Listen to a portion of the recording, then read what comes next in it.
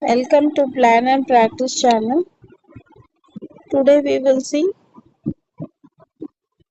management function and organizational process part 2.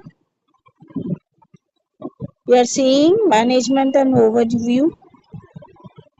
In this unit we have already seen a video on this management. Today we will see few more things on management. First we will see nature of management.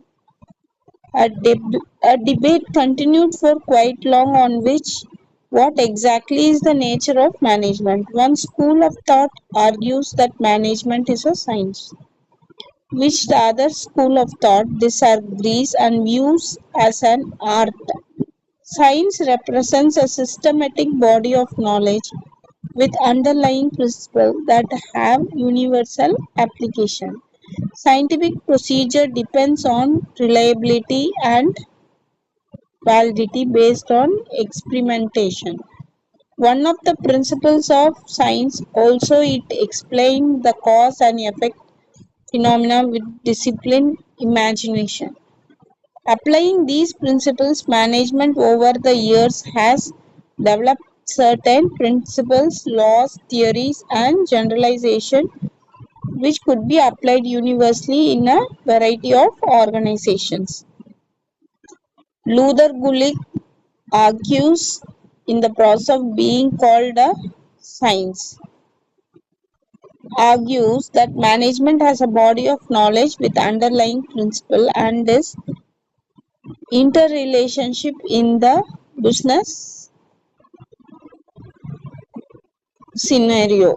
Luther Lugic argues that management has a body of knowledge with underlying principle and is interrelationship in the business scenario was being scientifically and systematically explained with the emerging theories tested and proposed by and proven, improved by knowledge and the facts on the ground. Scientific management proposed by F.W. Taylor was termed as scientific management, which is on the human beings on the shop floor using management techniques. As the field does not enjoy the status of an exact science is the nature of pure science like physics, chemistry, etc. Some argue it as an inexact science. Management as inexact science. Few of them says in that manner. Management deals with human beings and hence it is difficult to verify and predict the complex human behavior. The dynamic nature of the management complicates it all the more in terms of verifiability, reliability, predictability, and generalization. Further, management has to account for the conceptual variation, which also makes a difference to difficult to prove the exactness of a science. However, the scientific procedure, systematic analysis, and methodological rigor used in management research, along with advanced tools and techniques, provides the field the much needed status of the discipline. Research in the allied areas like mathematics, statistics, psychology have added the scientific fever to the discipline. In contrast, the other school of management argues that management cannot be equated with a logical, sequential, and scientific methodology of the basic sciences and hence views management as an art.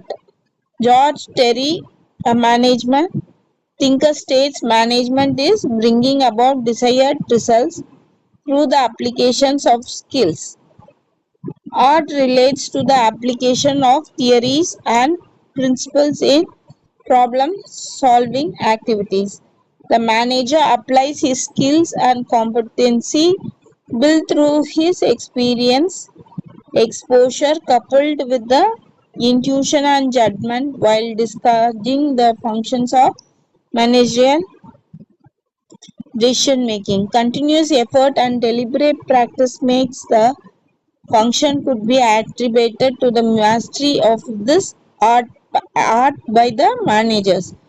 While the debate of the management as a science or an art still continues. A third group of scholars conduct that management could be combination of both art and science. So few of them say, a third scholar says that could be combination of art and science. They argue managerial activity is a creative art, although it is a becoming more scientific in nature. In addition, the theories and practice acknowledge unique characteristic which could be a distinct field.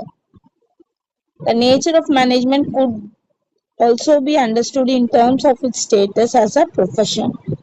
A profession, by definition, is a certified vocation of individuals that enables applying the basic principles and practices under a certain given code of conduct. Given the above definition, effort, the efforts has made to consider to management as profession.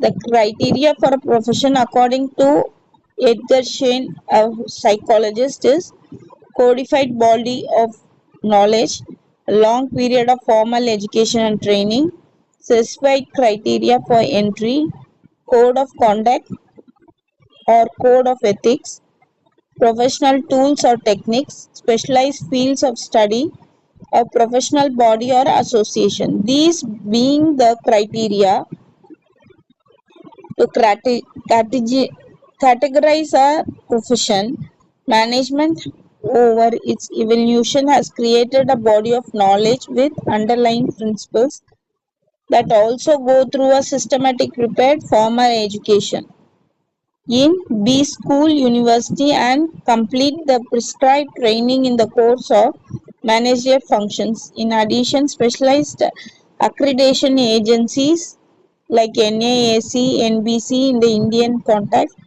evaluated the process of teaching learning institution across the educational institution in our country. Moreover, companies insist on ethical behavior demonstrated by a strict code of conduct. All these being instilled professionalism into managerial function. The Association of Indian Management Schools AIMS examines and monitors the theory and practice of management by bringing together the academic institution as members to deliberate on the status of imparting business education and training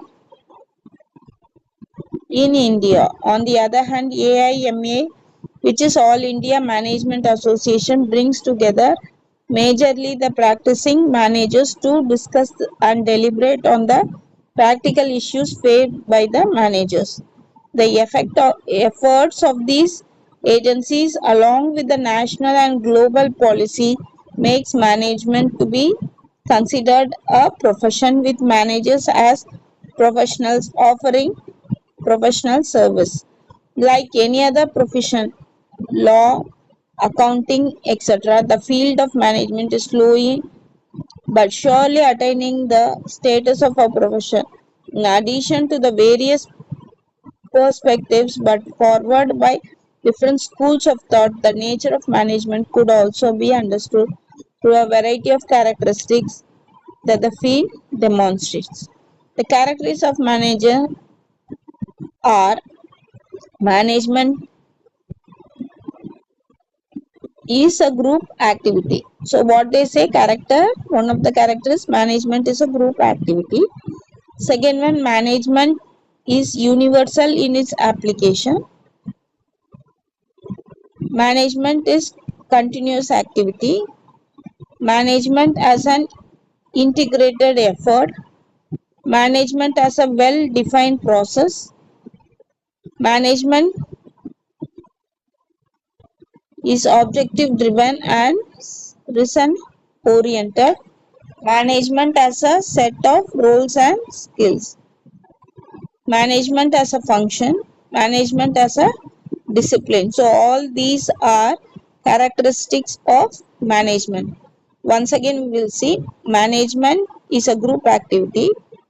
Second one, management is a universal in its application. Third one, management is continuous activity. Fourth one, management is an integrated effort. Fifth one, management as a well-defined process. Sixth one, management is object-driven and result-oriented. Seventh one, management as a set of roles and skills. Eighth one, management as a function. Ninth one, management as a discipline. Management and administration. Management and administration are used interchangeably in most discourses, although they differ significantly in meaning and focus. Administration and management are represented by two groups, one led by British School of Thought and other led by American researchers. The British scholars argue that management is much wider compared to administration and usually related to the top management. They contend that administration relates to carrying out the activities at the operational level.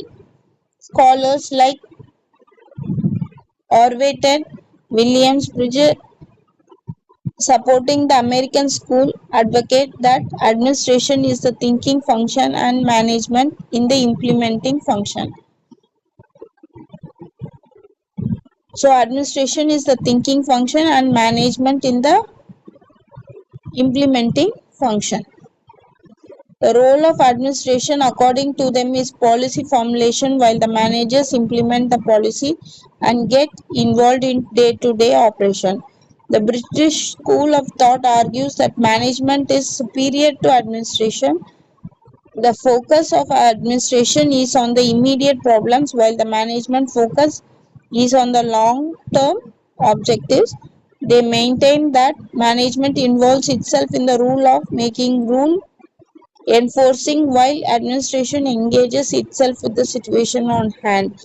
According to them, according to the British school of thought, management is comprehensive thought and administration is a part of this. However, the contemporary thinking equates management and administration. Kate Davis is a support of this thinking. According to him, management process is essentially the same in all the organization and hence the management and administration have to essentially go through the same process and hence they remain the same. Harold Kuhn also maintained the same stand by observing that any distinction made between the two will be misleading exercise.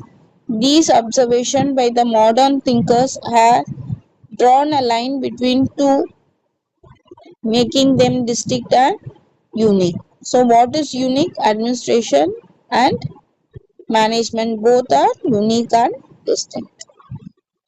So, in this chapter, we saw nature of management, characteristics of management, management and administration.